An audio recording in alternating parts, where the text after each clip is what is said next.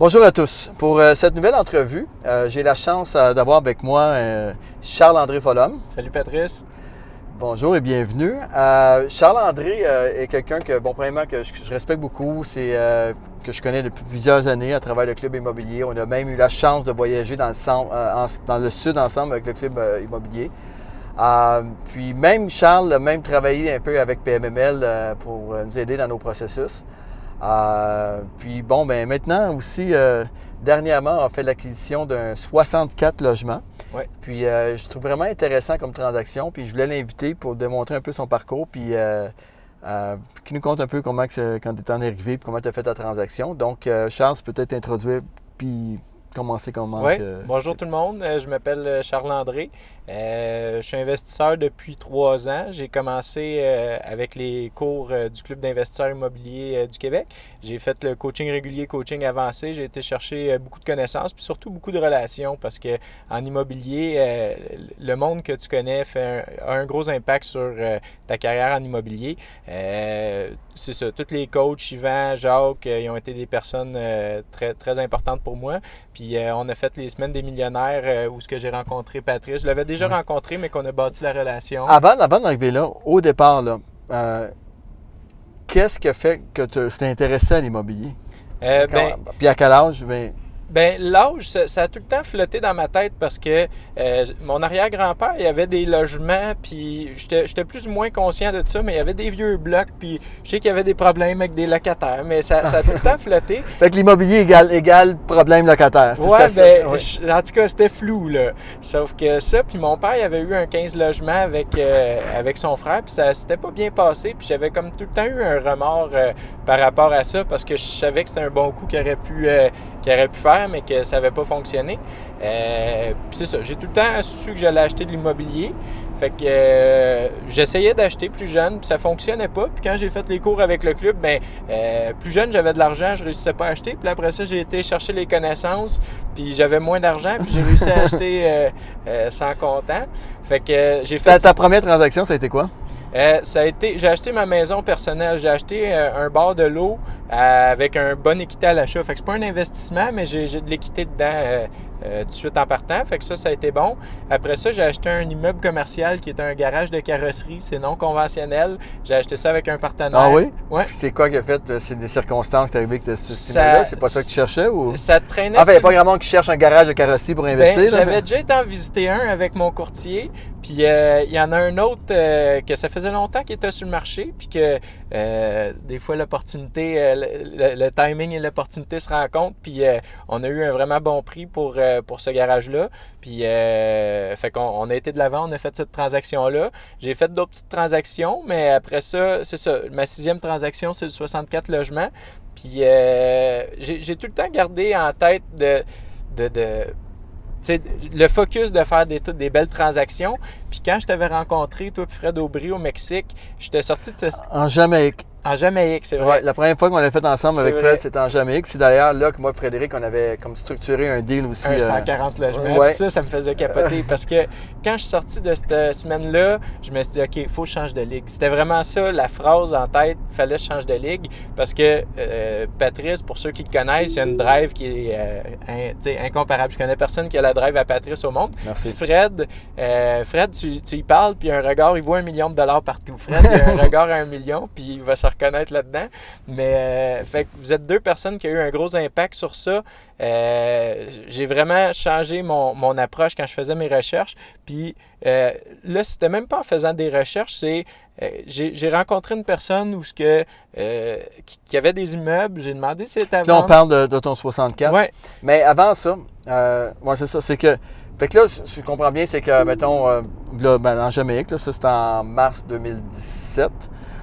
Fait que là, tu réalises que finalement, que tu peux faire des petites transactions, mais en même temps, quand tu regardes les gens à côté de toi, que c'est pas vraiment plus compliqué de faire des plus grandes transactions. On l'entend tout le temps. Tout le monde le répète, le dit, mais tant que tu le fais pas, tu le sais pas. Okay. Puis je viens de le faire, puis c'est vrai, c'est comme... Fait que là, après ça, toi, tu as commencé à faire des recherches différentes, OK? Tu as commencé à aller... tu t'es pas empêché de faire des recherches dans les plus gros immeubles, et ainsi de suite. C'est ça, je me développer limitais ton plus. réseau. Puis je me rappelle, parce qu'en venant du Jamaïque, Je m'étais mis une note dans mon agenda, puisqu'on avait vraiment cliqué ensemble à ce moment-là. Tu vois, on était quand même 60-80 là-bas. Puis je m'étais dit, je vais l'appeler à tous les mois. Je sais pas si tu te rappelles. Ouais, puis tu m'as appelé après, tu faisais ton suivi. Oui, comment ça se passe dans tes investissements. Puis je vais l'appeler, puis je ne le lâcherai pas. Parce que je voyais vraiment que tu es capable de faire quelque chose de bien. Fait que c'est ça. Fait que là, par la suite, tu disais dans tes recherches que tu es tombé sur... Bien, sur cette personne-là, puis je la remercie beaucoup. Je sais qu'elle écoute tes vidéos, fait qu'elle va se reconnaître. Puis elle n'était pas prête à vendre, mais elle y pensait. Puis ça a quasiment duré 1 an le processus au complet de la première fois qu'on s'est parlé au notaire. Puis, tu sais, moi, je suis convaincu que dans tout business, le relationnel a une importance primordiale parce que j'ai été transparent du jour 1. J'avais dit que j'avais pas les fonds, puis ça allait être des investisseurs qui allaient embarquer avec moi. Elle m'a fait confiance. Puis encore une fois, je la remercie pour ça parce que c'est une transaction qui va changer ma vie en bout de ligne. Tu sais, je me suis positionné avec ça, mais le relationnel, c'est hyper important. C'est super important. Ce que tu dis là, Charles-André, c'est vraiment... Les gens ne le réalisent pas. Puis quand tu réussis à inspirer confiance aux gens qui dealent avec toi, tout est possible. Ouais. Puis en fait, tout est là aussi. Ouais. C'est la journée, que ce soit un vendeur, que ce soit un courtier, que ce soit un acheteur, quand la confiance est là, puis tu réussis à installer ça dans une transaction, parce qu'on s'entend que dans chacune des transactions, il va y avoir des problèmes. Ça, c'est sûr. Ouais. Mais quand la confiance est là, puis la relation est solide, ça continue, on passe par-dessus, on s'astine un peu sur des petites choses, mais ça dérape jamais. Exact. Puis la transaction continue. Fait que c'est bien. Fait que là, tu avais réussi à développer ce côté relationnel-là avec cette Puis il fallait aussi que j'aille du relationnel avec les partenaires, parce que j'ai été chercher des partenaires pour embarquer dans la transaction. Oui. Fait que c'était pas juste de faire en sorte que la transaction se produise. Il fallait que, avec la personne qui vendait, il fallait que je trouve les associés qui allaient injecter la mise de fonds complète, parce qu'on a eu à y aller en conventionnel à 25 %. Fait que c'était quand même une bonne mise de fonds qu'il fallait injecter. Fait que, en tout cas, tout business confondu, le relationnel, je suis convaincu que c'est un des points les plus importants parce que tu peux avoir bien des skills, mais si tu ne contrôles pas le relationnel, je pense que tu n'atteindras jamais un autre niveau. Absolument. Puis moi, je suis 100% là-dessus. D'ailleurs, on dit, peut-être quasiment toutes les semaines, j'ai des conversations avec des gens, puis c'est ça, c'est que les affaires, c'est 80% psychologie ou relationnel, puis 20% mécanique, là, technique. Exact. Donc, intéressant. Fait que là, tu peux peut-être me conter un petit peu comment c'est arrivé. Fait que là, tu as eu une offre d'achat, tu as négocié. Ouais, tu as eu une offre d'achat acceptée. On a eu une offre d'achat acceptée. Après ça, dans le processus de trouver les partenaires, ça n'a pas, tu sais, une transaction, c'est jamais 100% parfait. Fait que j'avais des partenaires qui embarquaient. Là, pour certaines raisons, ça ne fonctionnait pas. C'est arrivé comme à 2-3 reprises. Puis je l'expliquais à la personne qui vendait.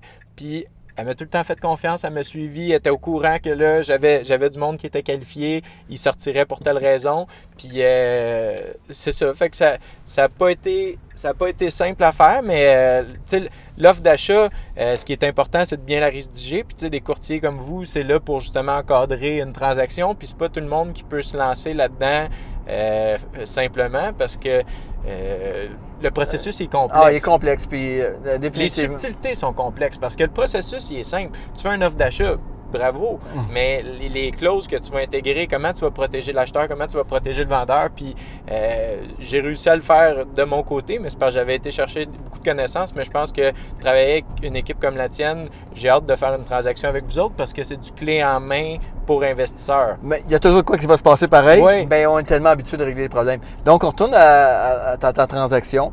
Merci beaucoup, hein? C'est très apprécié. Dans ta transaction, fait ça. Fait que là, tu as une offre d'achat acceptée. Fait qu'au départ, tu vas voir quelques partenaires. C'est pas si simple que ça. C'est à ce moment-là qu'on retourne avec. En fait, on s'en va au Club Mobilier. C'était en mars 2018, cette année. Oui. Et je me rappelle à ce moment-là la première journée, c'est une formation le matin. Oui. On faisait le tour de présentation. On fait le tour de présentation de la salle. Puis on était 80 cette année, quand même. Et là, Charles dit devant tout le monde, 80 personnes, compte un peu l'histoire. Ouais, on se présente, puis grosso modo, je dis, j'ai besoin de 800 000 pour asseoir. C'est ça, parce que ton délai se finissait la soirée même. Oui, exact. Puis C'est ça, j'ai émis ce fait-là que j'avais besoin de 800 000 à soir, mais j'avais rencontré des partenaires qui m'avaient confirmé des deux côtés. C'est ça, c'est deux partenaires qui ont injecté, m'avaient confirmé qu'il y avait de l'intérêt. On avait été souper pour confirmer le match de personnalité, puis ça avait concordé. Puis j'avais eu l'email de leur part le soir même que le délai finissait, fait que j'avais pu envoyer la preuve de mise de fonds à... OK, ben, sauf que la journée, quand c'est présenté au Club Immobilier le matin, tu savais pas du tout. Non, là, j'étais en mode deadline. Tu étais en mode deadline, fait que c'est pour ça que tu as présenté aux gens le matin, hey, je me cherche 800 000 Ouais. Fait que là, ça a occupé tes conversations pas mal toute la journée. Ouais. Wow. Puis encore aujourd'hui, le monde me relance là-dessus. Puis il y en a gros qui pensent que je l'ai trouvé là-bas, mais ça aurait pu, sauf que puis là-bas, il y avait beaucoup de monde qualifié qui se sont proposés, mais que, en tout cas, les circonstances encore... Puis en plus, tu avais déjà tes partenaires qui t'avaient pas confirmé officiellement, mais... Non, c'est ça. Puis là, il y avait comme 6 heures pour confirmer, je te donne 800 000. C'est ça. Puis je pense que le lendemain matin... Bon, mais finalement, c'est bon, j'ai trouvé mon 800 000. On n'a pas su toute l'histoire d'où ça venait, là, mais... c'est spécial. Fait que, OK. Fait que là, à partir du moment que, bon, tu as réussi à aller chercher ta preuve avec le vendeur, lui montrer comme quoi tu avais ta mise de fonds. Oui. C'est à ce moment-là que tu as commencé à aller. Tu es revenu, bon, bien sûr, on a fait notre semaine au Club Immobilier, tu es revenu et là, tu es parti en vérification diligente et tout ça. Oui. Bien, les vérifications diligentes, ils étaient pas mal déjà faites. C'était le dernier point qui restait à fermer. Là, c'était la dernière clause à fermer. Fait qu'après ça, on s'est mis en mode justement clore le financement puis planifier une date de notaire. Fait que après ça, il y a eu des délais, mais ça s'est super bien fait. Wow. Good. Fait que, puis c'est ça, puis dans tes partenaires financiers, fait que à partir du moment que tu as eu tes partenaires pour te rendre jusqu'au financement, pour compléter ton financement, est-ce que tu as eu des défis ou ça s'est bien passé, l'évaluation et tout ça? Non, honnêtement, ça s'est super bien passé. Le prix qu'on payait était pas mal à l'évaluation agréée puis la valeur économique. On était un petit peu en dessous, mais rien d'extrême, sauf que c'est un bel immeuble qui a un beau potentiel, mais pour le financement, il y avait, tu sais, l'immeuble, il est en santé, les chiffres faisaient du sens pour le banquier, fait que tout a été vraiment fluide partir de ce moment-là. C'est ça. Fait que l'idée, c'était pas, à l'achat, c'était pas nécessairement le deal du siècle, en voulant dire au niveau des ratios. Tu as payé la valeur marchande, l'évaluation rentrait à peu près la même chose. Une petite affaire en dessous. Une petite affaire en dessous, mais c'était plus dans l'optimisation, le travail que tu avais à faire. Fait que tu peux-tu me donner en gros, c'est quoi qui t'a attiré vers cet immeuble-là? C'est pas un secteur que j'aurais investi initialement, sauf que il était situé... On parle de la région de Sherbrooke en ce moment? Oui, exact. Il est situé dans un cul-de-sac, on a 2,5 acres de terrain, fait qu'on est isolé, c'est un bois en arrière, fait qu'il y avait des éléments que... l'immeuble, c'était pas juste les chiffres, la qualité de vie qu'on pouvait trouver pour ce secteur-là. Je pense que ça se démarque c'est ça, du secteur. Puis après ça, ben, tu sais, comme tout immeuble que ça fait plusieurs années qui sont sous la même gestion, il était super bien géré, il était en très bonne santé, mais il reste encore des choses où on peut aller optimiser les revenus-dépenses. Puis pour les investisseurs, c'est ça le nerf de la guerre, optimiser revenus-dépenses, puis aller... Ça veut dire qu'au niveau de l'électricité, tu avais quoi à faire d'important? Oui. Dans le fond, il y a des compteurs indépendants. Fait que là, c'était à la charge du propriétaire. Fait que nous, on va, avec le temps, transférer ça au locataire. OK, mais c'est déjà fait, c'est-à-dire le filage, les compteurs. L'immeuble il est bâti comme ça. Fait que c'est c'est déjà là au départ, c'est une belle... Mais il faut faire le travail. Probablement que la personne qui a vendu l'immeuble, elle n'était plus dans le mode de pouvoir faire ça. C'est touché, rentrer puis amener ça. C'est une grosse stratégie. Puis j'étais encore en train de me demander exactement comment je vais emmener cette stratégie-là. Je connais plein de façons de le faire, mais comme c'est de rentrer face à face au locataire puis de dire comme voici les faits. T'sais. Exactement. Encore là, il y a avec transparence. Oui. Puis de montrer comment tu peux améliorer leur qualité. Tu peux faire d'autres choses aussi. Maintenant, fait que ça, c'est au niveau de l'optimisation de l'électricité. Quand tu as acheté l'immeuble aussi, je me souviens, il y avait quand même pas mal de vacants. Oui, bien, il y avait un gros turnover à faire parce qu'il y avait peut-être... Sur 64 logements, combien qu'il y en avait? Justement, c'était quoi le turnover? Il en restait 12 quand moi j'ai pris en main. C'était le 17 mai, puis pour le 1er juillet, j'en avais 12 à faire. Mais ça s'est relativement bien fait. On on était monté, il en restait un de vacant en août. Mhm. Puis après ça, on a fait un peu de ménage avec la régie, fait qu'on en a relibéré. Il a fallu les remettre à jour puis les relouer. Mais là, le Blitz à Sherbrooke, c'est pas comme à Montréal, où qu'à Montréal, t'affiches puis il y a de la demande constante. Ça dépend des secteurs, mais Ouais. oui, c'est sûr que c'est un marché qui est différent. C'est ça. Mais là, comme un vacant aujourd'hui, avant, j'avais 4 visites par jour. Là, j'ai une visite par semaine. Là, en ce moment, on est au mois d'octobre. C'est ça. Fait que le marché est différent, mais on a bien fait le turnover. Là, on avait 12 affaires en rentrant, mais c'était quand même... Ça se faisait Beaucoup de bien. rénovations à faire aussi? Oui, c'était tu sais, des refresh, des mises à jour, des nettoyages. S'il y avait des choses à briser, on les remplaçait, mais sinon... puis j'ai eu aussi l'annonce l'ancien concierge qui était. Quand on a acheté, on se disait, Oh là là. le concierge il est là, ça va être fluide. Fait que là, il a fallu trouver un nouveau concierge. Puis ça, tu ne savais pas du tout? Non, c'est ça. J'ai eu l'annonce peut-être un mois et demi. Je leur avais laissé. OK, quand même, un mois et demi. C'est pas comme le lendemain, tu signes l'acte de vente, tu te présentes, puis le concierge, il te donne sa lettre de démission. Là. Non, C'était c'est pas ça. Ben, presque. C'était peut-être pas un mois et demi. C'était assez rapide. Il avait OK. fini les rénovations d'un qui avait à faire qui était déjà loué. Puis après ça, il m'avait annoncé qu'il restait pas. Puis je voyais que c'était un gros poids sur ses épaules. Ça faisait 13 ans qu'il était concierge. Puis encore là, dans le relationnel, j'avais dit prenez la décision pour vous, prenez-la pas pour moi parce que moi, je vais m'organiser. Tu sais. Fait que j'ai un locataire qui m'a proposé de faire des petits travaux. Puis finalement, c'est avec lui que je fais la conciergerie, lui puis sa blonde. Puis avoir une équipe de conciergerie, ça, c'est vraiment... Bien, de faire du gros multilogement, l'avantage, c'est d'avoir des concierges sur place. Ouais. Puis d'avoir une bonne équipe de conciergerie, ça, c'est vraiment... C'est souvent le cas, hein? Puis les gens ne réalisent pas ça, mais je le dis également assez régulièrement. Si tu as l'argent pour acheter un 64 ou un 30, puis il y a des fois, les gens, c'est leur premier achat, ils disent « Ah, ben moi, je vais m'acheter un 6, un 8 là, pour voir si j'aime ça. » Mais c'est une grosse erreur, parce que le plus difficile dans l'immobilier, c'est pas de gérer l'immeuble, mais c'est de trouver les bons immeubles. C'est ça. En ce moment, dans un marché actuel. Puis, fait que c'est ça, les gens qui font l'erreur, ce qu'ils font, c'est qu'ils achètent un 6-8, ils aiment ça, et 3-4 mois après, ils se reviennent de bord, l'immeuble est sous contrôle, il est à leurs mains. Ah non, il faut que je recommence, il faut que j'en trouve un autre. Puis la beauté, puis là, ils ont travaillé fort, puis le 6, le 8, ils demandent leur effort perso parce qu'il n'y a pas de concierge. Tu as 6 ou 8 personnes qui ont ton numéro de téléphone. Alors que dans un 64, habituellement, tu as un concierge, tu as une personne qui a ton numéro de téléphone. Et tous les locataires ont le numéro de téléphone du concierge. Fait que ça fait toute la différence dans la gestion. Oui. Puis moi, une affaire que je fais, j'utilise un logiciel, j'ai un numéro externe pour l'immeuble, puis il y a des postes. Fait que si je veux la gestion ou la location d'appartement, c'est un poste différent, puis la conciergerie aussi. Fait que peu importe le concierge... Je me dis, juste rentrer là-dedans en profondeur, Charles-André, tu avais mentionné que je me rappelle, on a eu une discussion la dernière semaine, puis tu me parlais que tu étais en processus d'évaluation de logiciels. Tu avais regardé plusieurs logiciels, puis lequel tu as choisi finalement pour la gestion? J'ai été avec Domomlink, que tu avais fait l'interview avec Jonathan Margell. Oui. J'adore ça. C'est différent des autres logiciels dans le sens que souvent sont axés sur la comptabilité ou ces affaires-là, tandis que le nerf de la guerre dans la gestion, c'est la communication avec les locataires. Parce qu'un problème qui peut être expliqué en 30 secondes peut prendre 15 minutes si c'est un téléphone qui rentre.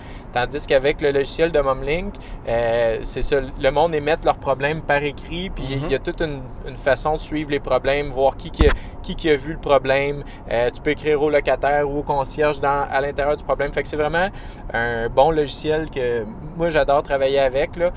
Puis le plus difficile avec ce logiciel-là, c'est de faire mettre les locataires là-dessus. Parce que c'est pas tout le monde qui sont à vouloir télécharger une application puis jouer avec, mais à l'équipe de Domomlink, super bon logiciel. Puis, Ça, t'as-tu commencé le module publicité avec? Oui, ça aussi. Oui, c'est vraiment sharp, hein? Tu peux vraiment... Quand tu détermines un délai, tu dis, bon, ben quand mes logements tombent à l'expiration du bail, 45 jours avant, mettons, je veux que tu publies les annonces, puis ça publie sur comme 9 ou 10 sites en même temps. Fait que là, tu peux le pré-programmer. Tu sais que, bon, ou dès que tu reçois un avis de non-renouvellement, tu peux dire...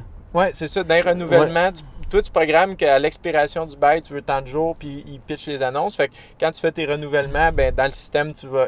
Puis eux autres, le système aussi, il dit tu as tant de bails à renouveler. Fait que là, tu vas renouveler tes bails. Puis ceux qui arrivent dans le délai, ben c'est ça, ils se publient automatiquement sur Internet. En passant, juste une petite fleur à Charles, là, au niveau des processus d'affaires, des systèmes, c'est un génie. Je vous le dis, là, extraordinaire ce qu'il réussit à... Des fleurs, Non, mais... Toi, t'es bon. Non, mais écoute, tu es venu nous aider, hein? Ah, fait que ça en dit beaucoup. Dans tes processus, la façon que tu fais, puis je me rappelle, tu me disais toujours ces conversations-là. Mais que j'aille tu avais des immeubles, mais ton plus gros, mais que j'aille mon 64, je vais mettre des processus, des systèmes en place. Puis vraiment, dans le détail, vous n'avez aucune idée, là. As-tu une idée précise de quelque chose, d'un détail que tu as fait, tu sais, qui est hot, qui est vraiment... Quand j'ai été fort dans un système, c'était beaucoup quand je faisais mes recherches, surtout pour mes suivis. Là, dans l'optimisation, mettons une séquence simple que j'ai faite, c'est quand je prends un rendez-vous de location, j'ai un petit template que je me suis fait avec un logiciel. Je prends le nom, le courriel, je dis c'est pour faire mon suivi. Fait que 2 heures avant le rendez-vous que je prends dans ce template-là, il y a un email qui s'envoie. Bonjour Patrice, je voulais juste confirmer le rendez-vous d'aujourd'hui telle heure. Fait que là, la personne. Pour faire des visites, wow! Ouais, fait que là, au lieu que moi j'appelle pour confirmer, mon email confirme à ma place. Après ça, je peux dire si c'est moi qui fais la visite ou le concierge qui fait la visite. Si c'est le concierge, 1 heure après, ça va dire bonjour, je voulais juste m'assurer que la visite avec le concierge s'est bien passée. Automatiquement par la suite. Automatiquement. Puis si c'est moi qui ai fait la visite, je l'ai inscrit. Puis c'est la journée d'après parce que je sais comment j'ai laissé la personne. Fait que je faisais juste un retour. Puis dans mon email... Hey, c'est vraiment hot ce que tu es en train d'expliquer là. Pour l'auditoire, je vous là, le dis. On pourrait partir une autre conversation sur le système parce qu'il y a bien des affaires que j'ai je vous promets, on va faire une vidéo juste là-dessus. Honnêtement, c'est hot là, ce que tu dis là. Parce que c'est souvent ça, tu as un insuivi avec les locataires. Puis surtout, tu sais, combien il y a eu no-show. C'est-tu frustrant pour un propriétaire de se déplacer? Et là, bon, est-ce que j'ai le temps de faire 2 rendez-vous? Je me présente à l'immeuble, j'ai pas eu le temps de l'appeler. Et là, toi, au contraire, c'est la machine qui Bien, c'est fait ça. tout. Quand tu sais que c'est une action qui est récurrente, faut que tu le systématises, tu sais. C'est récurrent, il y a des machines qui peuvent le faire à ta place. Puis moi, mon objectif, c'est de pouvoir faire la visite, que mon système fasse le suivi, fasse le upsell, dire si vous avez l'intention de prendre l'email, il clique ici, il remplisse une demande. Il y a le site internet mobile.net qui existe. Là, je veux prendre un API pour que lui remplisse ses infos. Ça l'aide dans mobile.net. Pour ceux qui sont perdus, là, Mais je veux juste envoyer un petit message à Charles parce que c'est vraiment hot, là. Je veux juste que la visite soit faite, puis après ça, je peux recevoir un bail signé sans que ce soit moi qui l'ai fait. C'est quoi le nom du site? Il y a mobile.net pour les bails électroniques. Fait que ça, c'est pratique. Puis quelqu'un qui utilise des shortcuts au clavier à l'ordi, ben remplir un bail, ça prend vraiment moins de temps qu'à la main. Puis, en tout cas, c'est hot, c'est bon ça. On pourrait faire une petite vidéo là-dessus avec les processus. C'est une autre fait que je vous promets, c'est un engagement, c'est sûr et certain, ça va être super bon. Donc, fait que là, tu es content, tu as fait ton 64 logements. En ce moment, on est en mode gestion, optimisation. Ouais. Fait que Charles, la grande question, c'est quoi le prochain puis c'est quand? J'ai un commercial, il faut que je fasse un offre d'achat en ce moment que j'ai... Commercial? Oui, okay. C'est 7 commerciales. Il faut que je me remette en mode prospection parce que peu importe les actions que tu vas faire, la recherche d'immeubles, tu vas sur Centris, tu fais le tour, tu vas au registre foncier, voir si... Ben ça, c'est plus quand tu fais du flip. Tu développes un peu ton réseau, là, que ce soit le courtier, que tu fasses tes recherches toi-même ou que... Un peu partout. Fait que c'est de se remettre dans ce mode de recevoir. Oui, c'est ça. Parce que c'est ça qui est le plus payant. Quand tu as une offre d'achat signée, il n'y a rien de plus payant en immobilier que ça. Parce que si tu n'as pas d'offre d'achat signée, tu ne fais pas d'immobilier. Il faut constamment rester en mode de recherche. Ouais. Moi, c'est vraiment un conseil. Là, puis ce que tu viens de dire là est super important. Il faut rester. Il ne faut pas tomber en mode OK, là, je suis en gestion. Non, bien ça, j'ai eu ce problème-là. Cet été, ça s'est mis à bourdonner là, comme tout d'une shot. Puis j'oubliais les tâches payantes. Parce que ce qui arrive, c'est qu'on sait, c'est quand on va redevenir en mode recherche, ça va prendre quelques semaines, quelques mois. Ouais. Tu sais, si tu as passé 6 mois là, que tu n'es plus sur le marché ou 1 an que tu n'es plus sur le marché parce que tu digères ton acquisition, même si tu n'as pas tout de suite les fonds, il faut que tu restes à jour, il faut que tu regardes c'est quoi qui se passe sur le marché. Tu sais, il y a tellement de choses, juste en restant en contact avec les courtiers. Nous, là, je peux te dire demain matin, là, moi, là, je sais exactement c'est qui les 10, 15 personnes, sur les milliers de personnes à qui on envoie des emails, là, les 10, 15, 20 personnes qui bougent en ce moment. Je le sais, parce qu'ils nous appellent et on rencontre, ils viennent nous voir. Fait que c'est vraiment important de rester en mode recherche. Parce que quand tu es rendu que tu as mis ça sous contrôle, puis tu as fini pour ton optimisation, elle n'a jamais fini, mais quand tout est à ta main, c'est le fun de tout de suite avoir de quoi d'autre à bouger puis recommencer le processus. Parce que toi, tu l'as fait une fois avec tes partenaires financiers. Et avec le retour que tu vas faire présentement là-dessus, est-ce que tu vas être en mesure de retourner l'argent assez vite pour tes partenaires? Oui, ça devrait se faire dans un horizon assez rapide. Là. On s'est mis des objectifs en temps, puis on va les atteindre. Je te demanderai pas de date là en ce moment, mais c'est quand même des objectifs en moins de 5 ans, bien sûr, de récupérer la mise à fond. Ouais, mais il faut faire le travail, il faut faire l'optimisation parce que sinon, le potentiel il est là, mais il faut l'exploiter. Tu me parlais d'un commercial que tu veux bouger, mais sinon, c'est ça ton objectif. Pourquoi le commercial n'est pas encore du multilogement? C'est parce que quand je faisais mes recherches, j'avais tombé sur cette personne-là aussi. Puis j'avais gardé contact avec. Puis là, l'ouverture vient de se faire. Fait qu'il m'a dit pour être vendeur, il faudrait que j'aie une offre d'achat. Puis là, c'est de mon côté que j'ai pas fait l'offre encore, mais il faut que je la fasse. Là. Good. Je suis sûr qu'il y a façon d'automatiser les offres, non? Oui, ça va. Il y a un système pour ça que j'ai fait. Mais utiliser celui avec Patrice, il est plus performant sur le système. Ah, mais c'est sûr que ça va bien de notre côté aussi. Donc, écoute, Charles, je pense merci beaucoup pour nous avoir partagé ça. Merci je suis super content de faire cette vidéo-là avec toi parce que on était quand même été assez proches dans les 2 dernières années. Et puis, grâce bien sûr au voyage qu'on a fait ensemble avec le Club Immobilier, entre autres. Mais on a été à Vegas aussi. C'est vrai, on a fait Grant Cardone en dessous de Tenix en février dernier. Ouais. Donc, tu sais, puis de voir que tu as réussi, tu sais, parce qu'il y a beaucoup de gens qui veulent, là. Puis le fait que tu aies passé à l'action, puis tu as tout de suite déjà été acheter ton premier immeuble, puis pas un petit. Tu as fait un peu à la François Bray de passer de plusieurs ou des triplex à 69. Ouais. Il t'en manque 5. Toi, tu as fait à 64, mais quand même. Je pense que dans l'avenir, quel âge que tu as là? 29. 29? Wow. Je pense que tu as vraiment beaucoup de temps devant toi. C'est comme toute chose, hein? Quand tu l'as pas, le 64, tu trouves que c'est gros. Quand tu l'as, tu dis, on passe à autre chose. On passe à autre chose, on est prêt à doubler. Oui. All right. Donc, merci. Merci à tout le monde. Merci à Patrice. Vraiment, c'était le fun de se promener à Tesla aujourd'hui. Tu as remarqué que je ne conduis pas depuis tantôt. Ouais, je sais que les gens l'ont remarqué, mais bon. Fait qu'encore une fois, tout le monde, merci beaucoup de votre attention. S'il vous plaît, si jamais vous avez apprécié le contenu, taguez les gens que vous connaissez qui pourraient être intéressés. Partagez la vidéo. Et encore mieux que ça, si vous pouvez nous encourager dans nos services de financement, de vente, d'achat, ça serait apprécié. Puis bien sûr, je vais taguer Charles là-dedans, puis n'hésitez pas à le féliciter pour ses accomplissements. Puis le plus important, c'est de bouger. Merci. Merci Charles. Merci Pat. Wow. Yes. À bientôt. À bientôt tout le monde.